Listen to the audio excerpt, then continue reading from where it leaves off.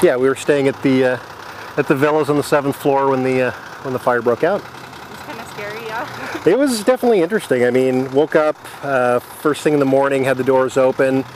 Initially smelled a little bit of smoke. We're thinking, it's a little bit early to start roasting the pig, but ultimately looked out the back window and it seemed like there was a big fog bank, which seemed kind of odd for here, and then went out front and saw another fog bank, but it smelled like smoke, which kind of caused me a little bit to be concerned. And then I could see in the background that it was a little bit of blue sky, and that's when I got really concerned. Then I looked down, and that's when I saw the smoke billowing out of the top of that thing. So I woke my wife up, and this little one was already up, and I said, it's time to go. So I grabbed her and basically stuffed her face to my chest with her kicking and screaming, and my wife running down behind me, and came down the fire escape down to the bottom, and smoke was just pouring in and up the fire escape. And there was one of the residents sitting down at the bottom saying, go to the beach, go to the beach. We went to the beach, and there was a little bit of a cavity behind the residence where there wasn't quite as much smoke, but it was getting worse and worse. So we took a run straight up the beach to get out of the way, and finally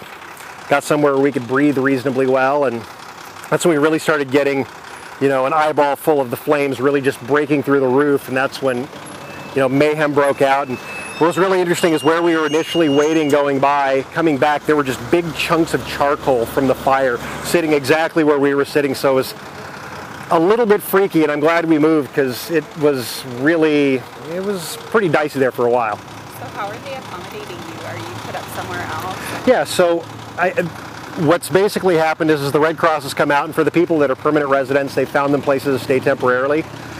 We're here with a timeshare place, and they have another property over in Kihei, so they just put us up over there, and it's quite nice. A little bit further from the beach, but great for her because it's got a kiddie pool. So awesome. Yeah, so overall, I mean, there are worse things to do on a day in Hawaii than sitting over here on the grass and just kind of relaxing for a change. So I mean, it could have been better for sure, because we could have, still been in our place, but it could have been worse because, everybody got out safe, and we actually had a reasonably good time talking to a lot of folks we wouldn't have talked to in the first place.